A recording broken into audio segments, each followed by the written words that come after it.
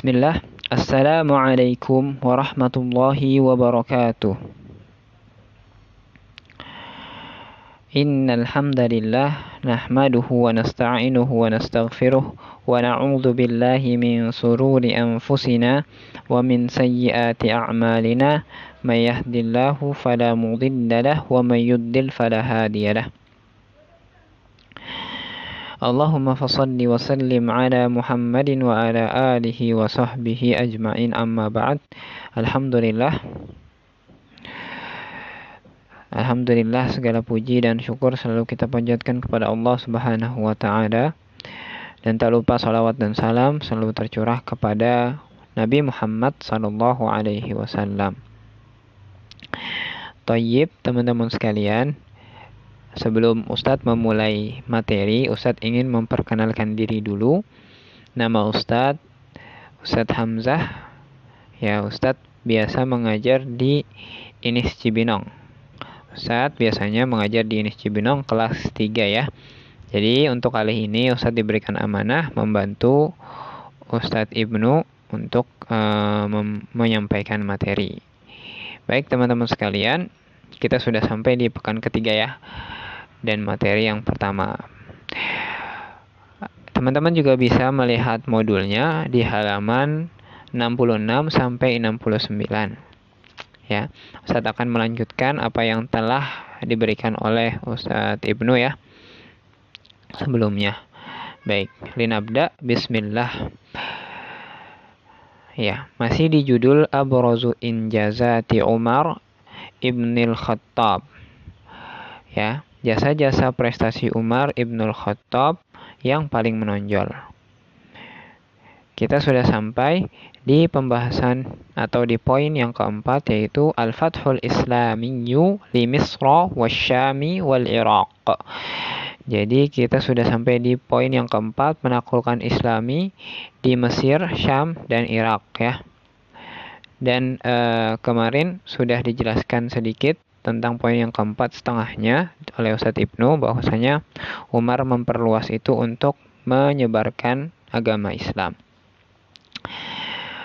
Kita sambung pembahasannya. Wabil fi'li najaha Umaru fi fathil adidi minal biladi.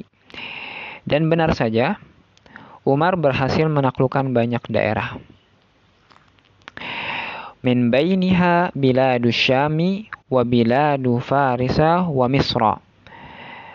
Dan di antara negeri-negeri itu, di antara negeri-negeri itu atau di antaranya negeri Syam, Persia, dan Mesir. Kadzalika dakhala al-Iraq wa Baitul Maqdis. Dan begitu pula ia berhasil masuk Irak dan Baitul Maqdis, Masjidil Aqsa. Jadi Irak itu ada di termasuk dari bagian negara Persia. Jadi Umar bisa memasukinya karena sudah menaklukkan negara-negara atau daerah-daerah Persia. Dan Baitul Maqdis berada di Syam, yaitu di Palestina ya, Baitul Maqdis yang sering kita sebut juga dengan Masjidil Aqsa ya. Kita lanjut. Kita masuk ke poin yang kelima, insya'ul muduni al-jadidati mislul Qufati wal Fustat. Yang kelima, mendirikan kota baru seperti Kufah dan Al-Fustat. Al-Kufah dan Fustat ya. Jadi ihtamma Umar Ibnul Khattab bi insya'il mudun al-mukhtalifah wa dzalika ba'da an najaha fi fathil adidi minal biladil islamiyyati. Umar Ibnul Khattab memperhatikan pembangunan berbagai kota, dan itu ia lakukan setelah ia berhasil membuka sejumlah daerah-daerah Islam baru atau Islam yang baru ya. Jadi Umar bin Khattab mendirikan kota-kota baru selain menaklukkan dan membuka kota-kota yang sebelumnya sudah ada. Umar bin Khattab juga membuat kota baru seperti Kufah dan Fustat ya. Dan Umar memperhatikan pembangunan berbagai kota ya. diawasi gitu ya. Dan itu ia lakukan setelah berhasil membuka sejumlah daerah baru. Jadi setelah dibuka daerah-daerah baru, negeri-negeri di Faris atau di Persia dan negeri-negeri di Syam, wilayah-wilayah di Syam dan Mesir, jadi Umar tidak hanya membuka tapi membuat juga. Contohnya Kufah dan Fustat. Faqad amila ala ta'sisi mudunin jadidatin wa makatha ala tanzimiha haitsu tamma bina'u madinataini fil Iraqi wa hum al-Kufah wal Basrah. Umar dia bekerja untuk mendirikan kota-kota baru dan menetap di sana untuk mengelolanya. Sebagaimana telah sempurna pembangunan 2 kota di Irak, yaitu Kufah dan Basrah. Jadi Umar tidak hanya membangun, tapi beliau juga menetap di situ sementara waktu untuk memperhatikan dan mengelolanya gitu ya, sampai kotanya selesai jadi gitu.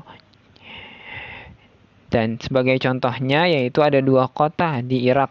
Ya, di wilayah Irak ada 2 kota baru yaitu Kufah dan Basrah. Wa kadzalika madinataini fi Misra wa hum al-Fustat wal Jizah. Begitu pula dengan 2 kota di Mesir yaitu Fustat dan Jizah ya. Jadi Umar juga tidak hanya membangun di Irak tapi juga di Mesir. Buktinya beliau membangun Fustat dan Giza ya. Lalu kita lanjutkan ke poin berikutnya yaitu poin yang ke-6, al-ihtimamu bizira'ati wa tamhidit turuqi. Perhatian di bidang pertanian dan membuka jalan-jalan baru atau pembukaan jalan-jalan baru ya. Perhatian Umar di bidang pertanian dan pembukaan jalan-jalan baru atau membuka jalan-jalan baru. Ihtamma Umar ibnu Khattab ihtimaman kabiran bi umuriz zira'ati wa wastislahil aradi kama annahu qama bi insya'i adadan minas sududi wal qanatira. Umar ibn Khattab menaruh perhatian yang besar pada masalah pertanian dan perbaikan lahan-lahan, sebagaimana dia membangun sejumlah bendungan dan jembatan. Ya, jadi Umar mempunyai perhatian yang besar kepada bidang pertanian dan pembukaan jalan-jalan baru. Sebagaimana ia juga membangun banyak bendungan dan jembatan, gitu ya. Wastata'a syaqqa furu'in 'adidatin lil anhar. Dan dia berhasil membelah sungai-sungai menjadi banyak cabang sungai baru gitu. Jadi Umar bin Khattab bukti perhatiannya terhadap bidang pertanian, beliau membuat cabang-cabang sungai untuk irigasi ya, pengairan pertanian gitu. Kadzalika amila ala islahi wa tamhidit turuq al-mukhtalifati likai yakuna hunaka suhulatan fil ittisal bainal muduni wal qura wal badiyati mimma yuhayyi'u lil in'asi zira'ati was sina'ah. Jadi serta beliau juga bekerja untuk memperbaiki dan membuka jalan yang berbeda ya, berbeda-beda yang bermacam-macam. Sehingga akan ada kemudahan untuk berkomunikasi ya, karena ada jalan baru jadi bisa mengirimkan suratnya bisa lebih cepat gitu ya. Bainal mudun, antara kota-kota, wal qura dan desa-desa, wal badiyah dan daerah-daerah terpencil. Mimma yuhayyi'u li'in'asiz zira'ati wasina'ah, untuk menyediakan kemudahan dalam pertanian dan perindustrian ya. Jadi membelah sungai dan membuat jalan itu untuk memudahkan komunikasi antara kota-kota, desa-desa, daerah-daerah terpencil gitu ya. Lalu juga